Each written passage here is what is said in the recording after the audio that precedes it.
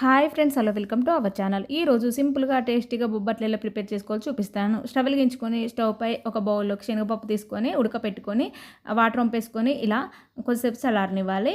మరొక బౌల్లోకి తగినంత మైదా పిండిని కొంచెం సాల్ట్ వాటర్ వేసుకొని ఇలా చపాతీ పిండి కంటే కొంచెం మెత్తగా కలుపుకొని పక్కన పెట్టుకొని ఉంచుకోవాలి.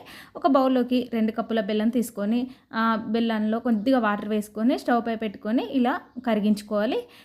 అందులోకి కొద్దిగా యాలకుల పొడి వేసుకొని బెల్లం కరిగిన తర్వాత అందులోకి ముందుగా మిక్సీ పట్టుకున్న శనగపప్పు మిశ్రమాన్ని వేసుకొని మంచిగా దగ్గర పడనివ్వాలి.